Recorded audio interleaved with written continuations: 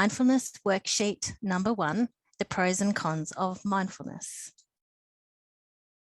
So let's go over and open up the mindfulness worksheet number 1, pros and cons of mindfulness. And here is the worksheet, the pros and cons of practicing mindfulness. You can enter the due date if you'd like to. You don't necessarily have to. I'm going to enter the due date as being next week. So the 4th of May, 22. And I'm going to write my name. You certainly don't have to do that.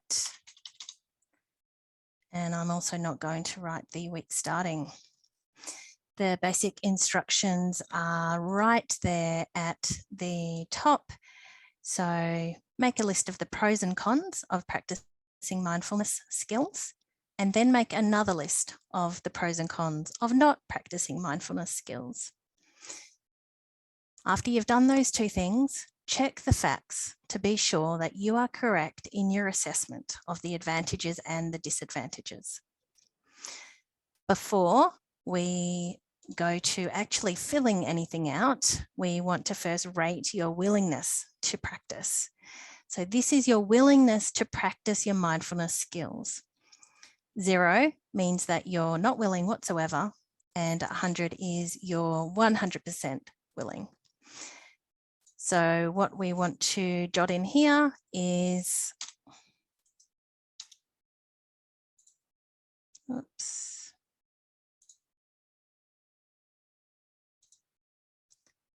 We want to enter the willingness between 0 and 100.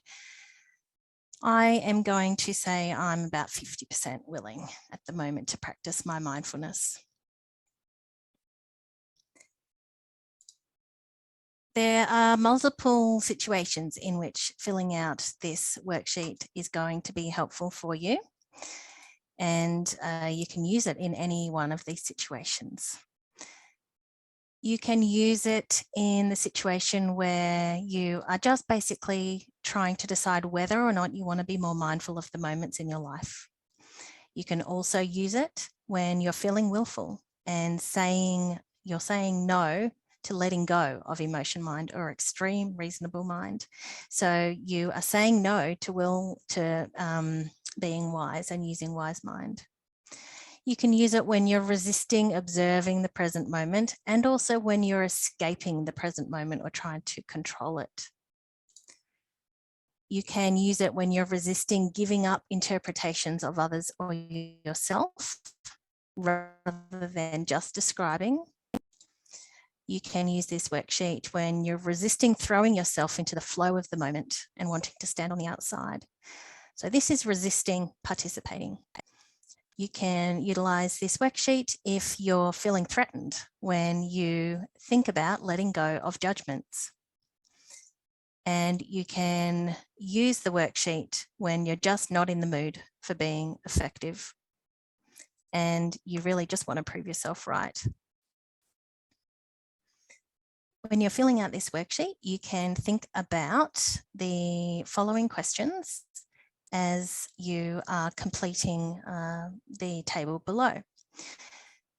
Ask yourself, is a mindless life in your best interest? Is it effective? Or is it not in your best interest? Is it ineffective? Ask yourself, will refusing to go into wise mind solve a problem, or will it make a new problem for you? Ask whether observing the moment without reacting to it immediately, is that likely to increase or decrease your freedom? Is being attached to your thoughts instead of the facts you can describe useful or not? Is staying judgmental helping you to change the things you want to change or getting in the way? And is it more important to be effective, or is it more important to be right?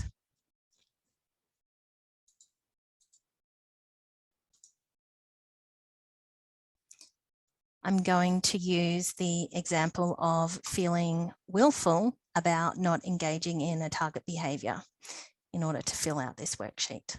So firstly, I want to think about the pros or the positive things of staying mindless, being judgmental, and being ineffective.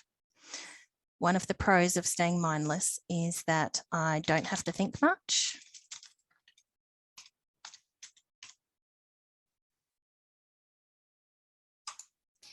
I can continue to do behaviours that are habitual.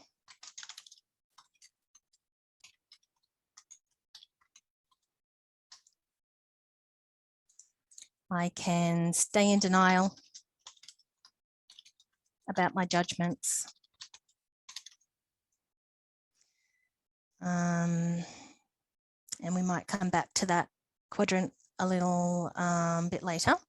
Move down to the cons of staying mindless and staying judgmental and staying ineffective. And the negative aspects of staying that way is that I won't learn new behaviours.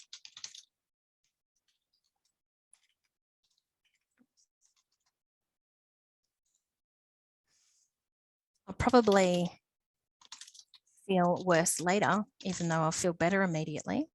So I'll put that back in the pros. I'll feel better immediately. It might damage relationships. And probably won't achieve my goals.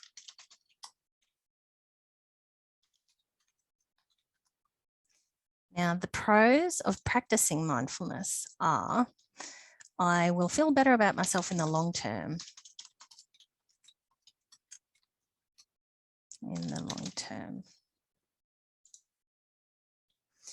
Pros of practicing mindfulness, I probably won't create a new problem. Another pro of using mindfulness, and I'll scroll up here and have a look to see if there's anything up here that is going to help me fill out this quadrant. And I have said that practicing mindfulness won't create a new problem, but I'm not sure if it will solve a problem. My freedom is going to be increased because I'm not feeling controlled by my target behavior.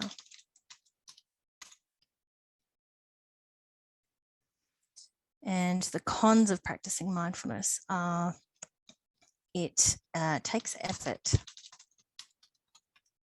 It takes time.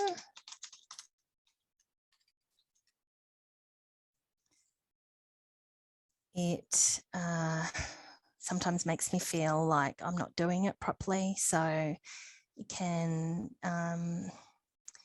make me feel uncomfortable.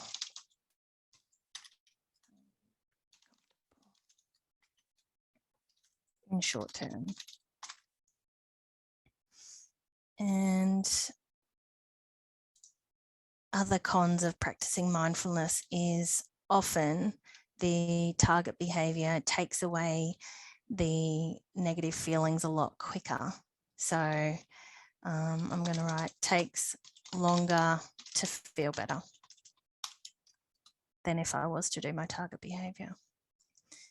So after reading through all of those pros and cons of either being mindful or not being mindful, I need to come up with a decision about what I'm going to do. And just because in your table here, you come up with more pros than cons of practicing mindfulness, it doesn't necessarily mean that that is wise mind or the best decision. Now, be honest, down the bottom, you write down what you decide to do. And you can either write that you were mindful or weren't mindful, or you can be more specific and say what you did or didn't do. So I'm going to write, I didn't engage in target behavior. And yes, this is the best decision in wise mind. And list any and all wise things you did this week. So I might just list a couple there. I'm going to list, I had a difficult conversation with, with a colleague. I exercised, even though I didn't feel like it. I cleaned the house. And I finished a work report.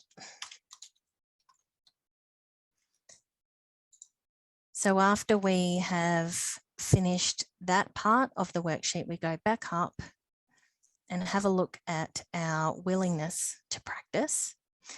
And we originally had our willingness to practice as 50.